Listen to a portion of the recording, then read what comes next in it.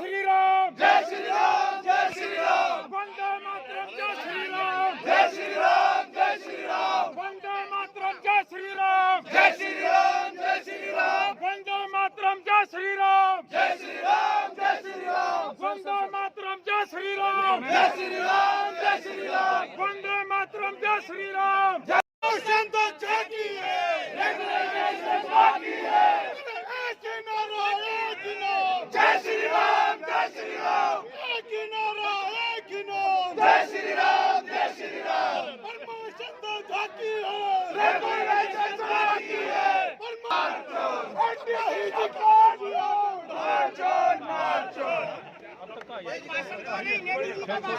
भाई मोदी सर का भाषण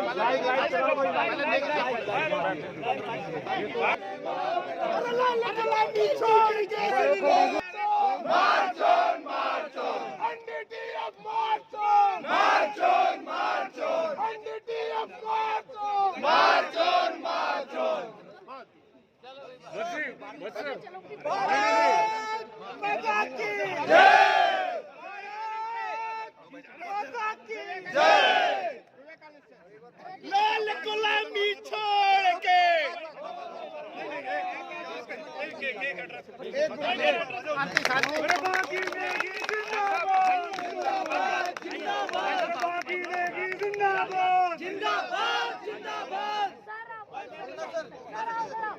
एक एक कार्यकर्ता को बहुत बहुत बधाई।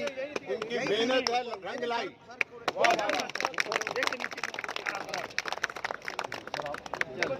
साथियों, चुनाव जीतना ये एक प्रक्रिया डेमोक्रेटिक प्रोसेस का पार्ट है। वो आप सब लोगों की मदद से, आपके सहयोग से, आपके समर्थन से आपने एनडीटीएफ के एजेंडे को पसंद किया, उसकी वजह से संभव हुआ है और अब उसको क्रियान्वित करने की बारी है। प्रमोशन के अंदर जिस तरह से जो बहुत सालों से सूखा था वो खत्म हुआ। 2021 में हम लोग पूरी तरह से इसका प्रयास करेंगे कि इस यूनिवर्सिटी से एडहॉकिज्म का खत्म हो। संघर्ष करें, हम तुम्हारे साथ हैं। भागी जी संघर्ष करें, हम तुम्हारे साथ हैं। हम लोगों ने जो बात कही वो ईमानदारी से उसको परसू किया है।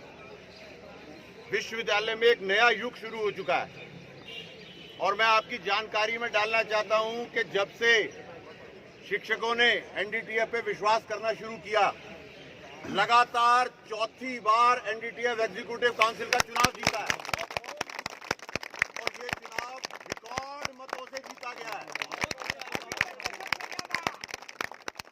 और मैं आपको ये भी बताऊं कि आज तक कोई प्रत्याशी वैलिड वोट के इतनी ज्यादा परसेंटेज वोट लेके नहीं जीता। ये अपने आप में इतिहास में आया है। जय श्री राम जय श्री राम वंदे मातरम जय श्री राम जय श्री राम जय Shri Ram march on march on NDTF march on march on. जो एजेंडा एनडीटीएफ ने तय किया विश्वविद्यालय के लिए,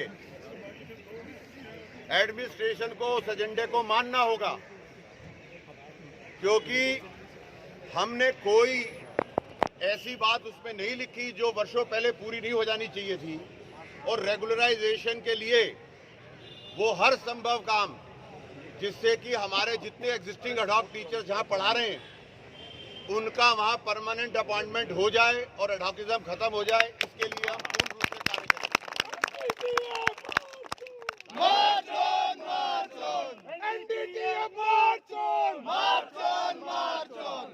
नेगी जी के 2 साल में जो अभूतपूर्व कार्य किए हैं और जिस तरह से प्रमोशन को पूरा प्रोसेस को पटरी पे लाए हैं, जितने हमारे बचे हुए प्रमोशन के हैं केसेस, चाहे कॉलेज में हो चाहे विश्वविद्यालय में हो, ये हमारा टारगेट है कि वो अगले 2 महीने में सारे कार्य संपन्न हो जाना चाहिए।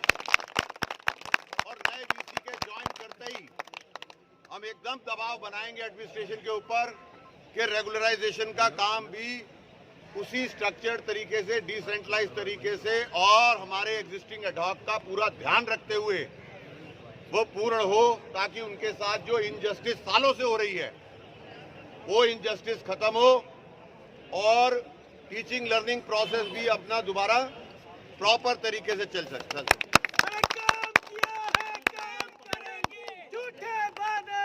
धन्यवाद और सब कार्यकर्ताओं को मेरा प्रणाम यहाँ से, जिन लोगों ने दिन रात लग करके जय श्री राम, जय श्री राम, जय श्री राम, जय श्री राम, जय श्री राम, जय श्री राम, जय श्री राम, जय श्री मातरम, मातरम। साथियों, रघुवंश जी आप इधर आ जाइए। रघुवंश जी, के आज के प्रदर्शन में जो आशीर्वाद था वो कक्कड़ सर का, कपाई सर का, रघुवंश जी हमारे साथ है, माननीय ओम प्रकाश कोहली जी का, उनका आशीर्वाद और हमारे सभी कार्यकर्ताओं का जो जोरदार श्रम प्रयास था उसका नतीजा हमारे सामने आया है। और 2 साल जो ईसी में मेरे साथ रहे डॉक्टर राजेश गोगना जी, उनका भी इस पॉजिटिव काम में बहुत बड़ा योगदान रहा। मैं 2-3 बातें यही कहूंगा कि आज जिस तरह 98 वर्षों में पहली बार दिल्ली विश्वविद्यालय के वाइस चांसलर को सस्पेंड कराना पड़ा, वैसे ही आज का दिन ऐतिहासिक है कि ईसी के चुनाव में सबसे भारी मतों से एनडीटीएफ का कैंडिडेट जीत के आया है। इसमें जो भूमिका है वो हमारे अध्यक्ष शेके भागी जी, हमारे चारों उपाध्यक्ष प्रद्युमन राणा, वीरेंद्र भारद्वाज, सलोनी गुप्ता, विजेंद्र कुमार, हमारे चारों सेक्रेटरी मनोज कैन, सुनील शर्मा, शंभुनाथ दुबे और केपी सिंह सर और महेंद्र मीणा, इन्होंने संगठनात्मक कार्य करने का एक अद्वितीय उदाहरण प्रस्तुत किया है। ऐसा इतिहास में नहीं मिलेगा कोई संगठन जिसने अपने 57 कॉलेजों में यूनिट गठित किए हो, चारों कैंपसेस में हमने अपनी जोनल इकाइयां बनाई। ये सारा जो आज का श्रेय है मेरे छोटे से छोटे लोकल कार्यकर्ता और बड़े हमारे वरिष्ठ जिनका आशीर्वाद हमारे साथ रहता है उनको जाता है। दिल्ली विश्वविद्यालय के बाहर से, यहाँ से जॉब का इंतजार करते करते हमारे 2 साथी, मैं उनका नाम लेना चाहूंगा, भंवरसा राणावत और हैदर अली, वो स्पेशली बाहर से यहाँ आए, नरेश वर्मा आए, प्रवेश चौधरी आए। ऐसे कार्यकर्ताओं को नमन है जिन्होंने आकर हमारे संगठन को मजबूती प्रदान की है। और साथियों, हमारा लक्ष्य केवल जीत नहीं था, हमारा लक्ष्य अब शुरू होता है रेगुलराइजेशन, जो हमारे साथियों का हक है।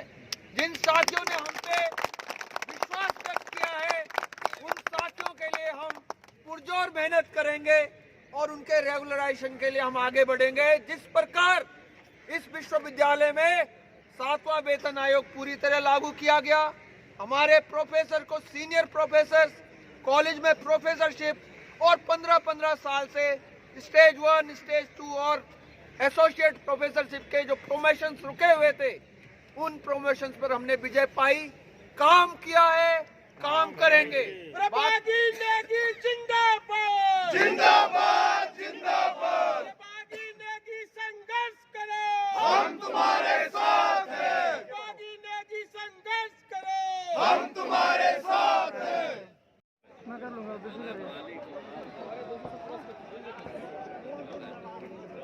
तो चुनाव भारी मतों से जीता है, क्या कहेंगे? बस ये जीत आज हमारी जो है वो शिक्षकों की वर्षों से जो दिल्ली विश्वविद्यालय में काम रुके हुए थे, 3 महीने में काम हुए और उन 3 महीनों से पहले जो 2-3 साल से हम लोग प्रयासरत थे उस पर शिक्षकों ने भरोसा व्यक्त किया है और निश्चित रूप से हमको अपने लक्ष्य की प्राप्ति में कामयाब होंगे। दिल्ली विश्वविद्यालय में प्रमोशन की प्रक्रिया 2020 में शुरू हो चुकी है। 2021 वर्ष रेगुलराइजेशन का वर्ष होगा, ये मैं आपको विश्वास दिलाना चाहूँगा। सर, जिस तरीके से आपने अपने चुनावी मुद्दों में हमसे लगातार आपने बात किया, एडहॉक शिक्षकों के बारे में आप कहते रहे, तो अब आपसे अपेक्षाएं बढ़ गई। बिल्कुल, एडहॉक शिक्षक जो है बिल्कुल बहुत ही हमारे संघर्षरत शिक्षक हैं और बड़े ही धैर्य के साथ उन्होंने अपना यहाँ पर कैरियर जमाया है कॉलेजों में। आज एडहॉक शिक्षक के लिए ही सबसे बड़ी जिम्मेदारी हमारी ये बन जाती है कि उनके रेगुलराइजेशन का मार्ग प्रशस्त करें। एडहॉक शिक्षक बिल्कुल अन्य सभी शिक्षकों की तरह कार्य करते हैं और बहुत सारी दिक्कतें इस विश्वविद्यालय में जो है कि एडहॉक शिक्षक एक दिल्ली विश्वविद्यालय का जो हमारा एक जो एकेडमिक हमारा बैंक है वो खाली हो रहा है, लोग छोड़ के जाने के कगार पर थे। लेकिन मैं चाहूँगा कि हमारे प्रयासों से यहाँ पर रेगुलराइजेशन का प्रोसेस शुरू हो और वो लोग यहीं पर ठहर कर दिल्ली विश्वविद्यालय की सेवाएं सर, चुनौतियाँ भी होंगी इस दौरान, लेकिन उस चुनौतियों का किस तरीके से सामना चुनाव में जिस तरीके से एनडीटीएफ के शिक्षकों ने जो असली टीचर्स के मुद्दे हैं ये उनके लिए वोट किया। एनडीटीएफ ने प्रमोशन में जो सफलता प्राप्त की सारे शिक्षकों की मदद से, अब उनका विश्वास बन चला है और इस यूनिवर्सिटी से एडहॉकिज्म को ख़त्म करने का समय आ गया। इस पे पूर्ण उन्होंने विश्वास व्यक्त किया। मैं पूरे शिक्षक समाज को जो कार्य को सराहते हैं उनको बहुत बहुत धन्यवाद करता हूँ। सर, जिस तरीके से चुनाव का माहौल था, कोरोना का काल था, उम्मीद थी कि इतने वोट के साथ आपका जो कैंडिडेट है वो जीत कर आएगा। ये अपने आप में चैलेंज तो था, क्योंकि नॉर्मली जो होती है हमारी मेथड ऑफ कन्विंसिंग वो तो पॉसिबल इस बार नहीं हो पा रही थी, लेकिन कार्य बोला। हम लोगों ने जो पीछे कोरोना काल के अंदर भी इस विश्वविद्यालय की को बदला, इसके कार्य क्षेत्र को, उसकी वजह से लोगों में विश्वास बना है और हम अपनी बात शिक्षकों तक पहुंचा सके। और आप ये देखिए कि पिछले सालों के मुकाबले ही इस बार भी उतनी वोटिंग हुई है और उसमें एनडीटीएफ को अनप्रेसिडेंटेड नंबर ऑफ वोट मिले, 3262। पहले इतने वोट लेकर के कोई शिक्षक प्रतिनिधि नहीं चुना गया, तो अनप्रेसिडेंटेड विन है। लगातार चौथी बार इसी में एनडीटीएफ का सदस्य। ठीक है, चुनौती किस तरीके से होगी, पहला लक्ष्य आपका क्या होगा? जी देखिए, चुनौती तो ज़्यादातर जो है विश्वविद्यालय के प्रशासन से ही हमको मिल रही थी और मुझे लगता है कि जो बदलाव अक्टूबर के बाद इस विश्वविद्यालय के प्रशासन में हुआ है उससे वो चुनौती को अब टक्कर देने के लिए पूरा शिक्षक समुदाय तैयार है और वो अपने राइट्स के लिए भी बहुत जागरूक है और असली एजेंडे को भी पहचानता है। साथ ही साथ उन्होंने जो दुष्प्रचार होता है या जो लोगों को डराने की राजनीति है उसको नकार दिया है। आज की तारीख में आप देखिए कि जो एडहॉक शिक्षक भी है वो भी बड़ा ओपन होकर के अपनी बात को कहना चाहता और करता भी है। तो इस तरह से पूरे विश्वविद्यालय का ही माहौल बदल चुका है।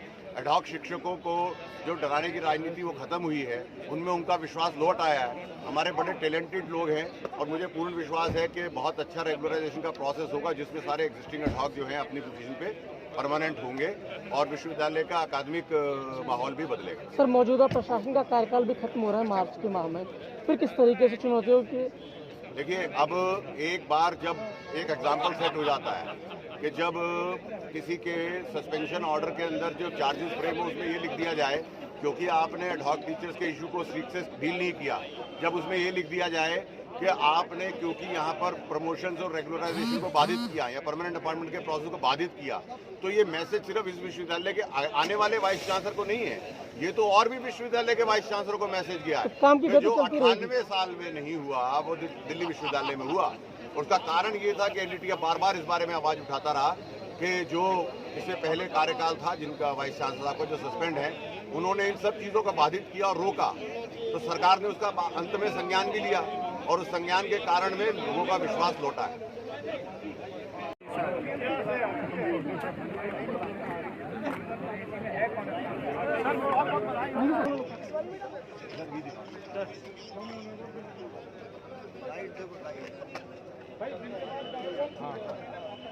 एक सेकंड और। अभी लोग हैं वहाँ पे। ठीक है सर, थैंक यू सर।